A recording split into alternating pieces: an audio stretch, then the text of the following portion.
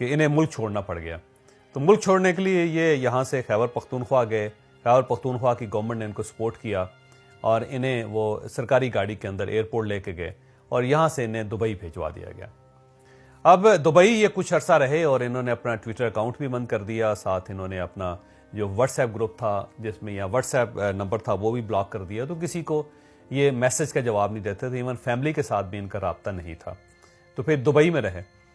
پھر اس کے بعد آل آف سڈن ایک دن انہیں دبئی کی گورنمنٹ نے ان سے رابطہ کیا اور رابطہ کرنے کے بعد انہیں یہ کہا گیا کہ آپ کے پاس 48 گھنٹے ہیں, آپ یہ ملک چھوڑ دیں, اور اگر آپ یہ ملک نہیں چھوڑتے تو پھر ہمیں آپ کو پاکستان کے حوالے کرنا پڑے گا. تو امیڈیٹلی انہیں ملک چھوڑنا پڑ گیا, دبئی چھوڑنا پڑ گیا.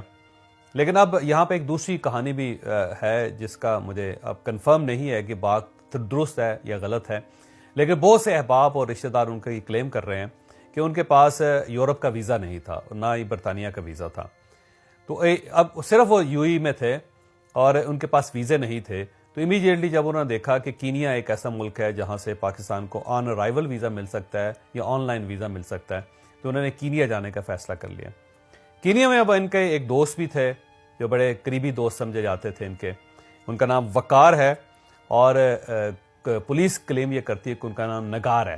اب یہ نگار ہے یا وقار ہے, یہ تو آنے والے دنوں میں یہ چیز ثابت ہوگی کہ واقعی ان کا نام کیا ہے. ان کا تعلق کراچی کے ساتھ ہے اور وہ کینیا کے اندر ریئل اسٹیٹ کا کاروبار کرتے ہیں.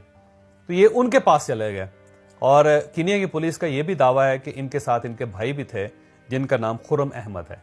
تو خرم احمد اور ارشد شریف دونوں کینیا چلے گئے, اور کینیا میں بھی جا کے انہوں نے پاکستان میں کسی کو انفارم نہیں کیا کہ ہم افریقہ کے اندر ہیں یا ہم کینیا کے اندر ہیں, بلکہ ان کے بارے میں یہ خبر پھیلائی گئی تھی یا یہ خود انہوں نے پھیلائی کہ میں برطانیہ کے اندر ہوں, میں انگلینڈ کے اندر ہوں. اور انگلینڈ میں بھی جب لوگ ان سے رابطہ کرتے تھے تو وہ یہی پرٹینڈ کرتے تھے کہ میں انگلینڈ میں ہوں اور کسی دن آپ سے ڈیفینیٹلی ملاقات کروں گا. لیکن یہ رہے کینیا کے اندر ہی اور اپنے دوست کے گھر ہی زیادہ تر یہ مقیم رہے, اور باہر بھی یہ بہت کم نکلتے تھے. پھر اس دوران یہ خبریں آنا شروع ہو گئی کہ اب ان کا رابطہ ہو گیا پاکستانی انتظامیہ کے ساتھ, اور اب ان کے لیے معاملات کچھ درست ہو رہے ہیں اور یہ پاکستان واپس آ سکتے ہیں. بلکہ ایک دوست نے یہ بھی مجھے بتایا کہ یہ نومبر کی پوسٹنگ جو ہے اس کا انتظار کر رہے تھے کہ نومبر کے بعد جب چیزیں بدلیں گی تو یہ پاکستان واپس آئیں گے اور اپنے کیسز کا سامنا کریں گے, اور اس کے بعد پاکستان کے اندر ہی یہ کوشش کریں گے کہ یہ رہیں اور یہیں پہ جرنلزم کرے, اور جہاں سے جس سے جو معافی مانگنی ہے مانگ کے اپنا قبلہ درست کر کے یہ پراپر ایک جرنلزم میں جس طرح دوسرے لوگ سروائیو کر رہے ہیں اسی طرح یہ سروائیول کی کوشش کریں گے. بہرحال 3-4 دن پہلے ان کے بارے میں یہ پتہ چلنا شروع ہوا کہ یہ کینیا کے اندر ہیں. کچھ لوگوں کے ساتھ ان کا رابطہ ہوا پاکستان میں جو ان کے دوست احباب تھے وہ, یا پھر ہو سکتا ہے جو وقار صاحب ان کے دوست ہیں یا نگار صاحب ان کے دوست ہیں ان سے یہ بات نکلی ہو کہ یہ کینیا کے اندر ہیں.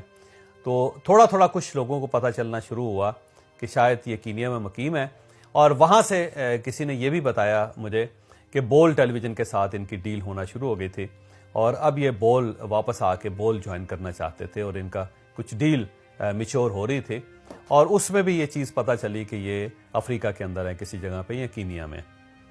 بہرحال یہ سلسلہ چلتا رہا, اور پچھلی رات 2 انسیڈنٹ کینیا کے اندر ہوئے. ایک مگادی ایک شہر ہے جہاں پہ یہ رہ رہے تھے, تو وہاں سے نیروبی کی طرف انہوں نے آنا تھا. تو اس سے چند گھنٹے پہلے مگادی میں کسی شخص نے پولیس رپورٹ کی کہ میں اپنے بچے کو گاڑی میں چھوڑ کے میں ایک الیکٹرک شاپ کے اندر گیا تھا. جب میں وہاں سے باہر نکلا تو میری گاڑی اور میرا بچہ غائب تھے. تو اس گاڑی کا نمبر اس نے جو بتایا تھا وہ تھا KDJ 700F. تو اس نے اپنی گاڑی بتایا کہ یہ گاڑی ہے جس میں سے میرا بچہ اور گاڑی دونوں غائب ہیں. تو اس کے بعد پولیس نے ظاہر اس سارے علاقے میں ناکہ لگا دیا اور گاڑیوں کی تلاشی شروع کر دی. اس دوران ارشد شریف صاحب اپنے بھائی خرم احمد کے ساتھ ایک ڈرائیور کے ساتھ یہ لوگ موگاڈی سے نکلے اور یہ نیروبی جا رہے تھے. تو راستے میں اب 2 ورژن ہیں, ایک پولیس کا ورژن ہے اور دوسرا جو ان کی فیملی ہے یا ان کے دوست ہیں ان کا ورژن ہے کہ جب یہ لوگ وہاں پہنچے تو مگاڈی کے قریب تو وہاں پہ روڈ بلاک تھی. تو ایک چھوٹی روڈ جو عموماً بڑی سڑکوں کے ساتھ چھوٹی روڈ ہوتی ہے جس کے اوپر وہ پتھریلا سا راستہ ہوتا ہے, ظاہر پگڈنڈی ہوتی ہے.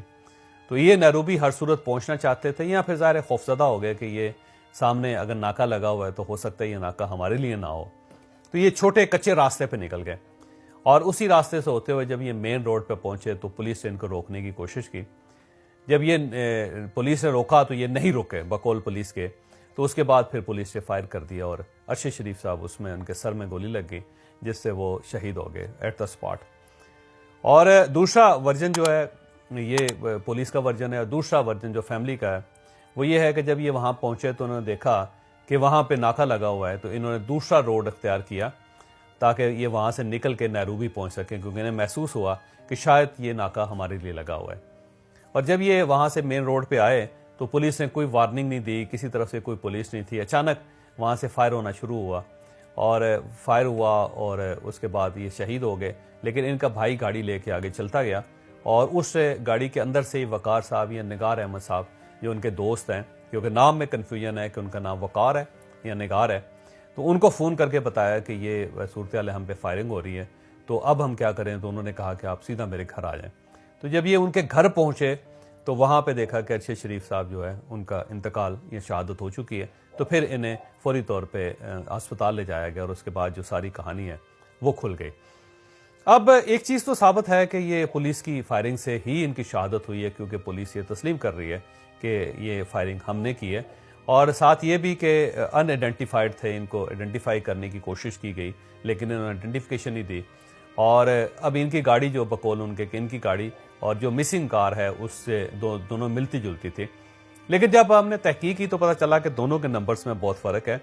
وہ گاڑی جس میں ارشد شریف صاحب بیٹھے ہوئے تھے اس گاڑی کا نمبر تھا KDG 200M, جبکہ وہ گاڑی جو مسنگ تھی اس کا نمبر تھا KDJ 700F. تو دونوں میں بڑا فرق ہے, اور جو لوکل پولیس ہے وہ بڑی آسانی سے آئیڈینٹیفائی کر سکتی ہے کہ کون سی گاڑی وہ ہے اور کون سی گاڑی وہ نہیں ہے. دوسرا, پوری دنیا میں جب کسی کار کو رکنے کا اشارہ کیا جاتا ہے وہ نہیں رکتی تو ایک پروسیجر ہے کہ اس کے ٹائرز کو برسٹ کیا جاتا ہے, ڈائریکٹ گولی نہیں چلائی جاتی. جبکہ ان کی گاڑی پہ ہر طرف سے حملہ ہوا اور ڈائریکٹ ارشد شریف صاحب کے سر میں گولی لگی. تو اب یہ نہیں کہا جا سکتا کہ وہ کیونکہ انہوں نے کار روکی نہیں تھی تو اس لیے نیروبی پولیس نے اندھا دھند فائرنگ کر دی. تو اندھا دھند فائرنگ جو ہے وہ دنیا میں کسی جگہ پہ نہیں کی جاتی. اور نیروبی جو ہے یہ بھی ذہن میں رکھیں گے, کینیا ایک ٹورسٹ ڈیسٹینیشن ہے, اور جب ٹورسٹ ڈیسٹینیشن ہوتی تو اس پہ اس ٹائپ کے واقعات نہیں ہوتے. آپ نیروبی اور کینیا کی ہسٹری نکال لیں, پچھلے 5 سال 10 سال میں اس قسم کا کوئی واقعہ وہاں پہ رپورٹ نہیں ہوا کہ کبھی کوئی گاڑی روکنے کی کوشش کی گئی اور پولیس نے اس کے اوپر فائر کر دیا, وہ نہیں رکی. تو یہ بات عجیب سی ہے کہ پولیس نے رکنے کا اشارہ کیا, وہ نہیں رکے تو فائر کر دیا گیا. اور اگر فائر کیا بھی گیا ہو تو ظاہر ہے ہمیشہ گاڑی کے ٹائر کو سب سے پہلے نشانہ بنایا جاتا ہے, لیکن اس گاڑی کے کسی ٹائر کو نشانہ نہیں بنایا گیا. احمد صاحب ان کی تحقیق ہونی چاہیے. پھر ان کا ایک رابطہ پاکستان میں ان کے وکیل جو ان کا نام ہے بتا سلیمان نیازی ایڈوکیٹ کے ساتھ ہوا تھا کچھ دن پہلے. سلیمان نیازی ایڈوکیٹ صاحب سے پوچھنا چاہیے کہ کیا آپ کو پتا تھا کہ وہ نیروبی میں ہیں یا کینیا کے اندر ہیں, یہ سوال ہونا چاہیے. پھر جن جن لوگوں کے ساتھ ان کا آخری دنوں میں رابطہ ہوا, جہاں سے یہ کلو ملا کہ وہ کینیا کے اندر ہے, ان سب لوگوں سے بھی انویسٹیگیشنز ہونی چاہیے. اور اس کے ساتھ ساتھ ARY سے بھی پوچھنا چاہیے کہ جناب آپ جب اس لیول پہ چیزوں کو لے جاتے ہیں تو پھر آپ اپنے لوگوں کو, اپنے ورکرز کو تنہا کیوں چھوڑ دیتے ہیں. تو بہت سارے سوال ہیں جو ظاہر ہے اس کے بعد پوچھے جاتے رہیں گے. ہم اس پہ ایک اور ولاگ بھی کریں گے جس میں جو نئی ڈیٹیلز ہیں وہ بھی آپ کے سامنے رکھیں گے. لیکن بہرحال ہمارا ساتھی ہمارے ساتھ نہیں رہا.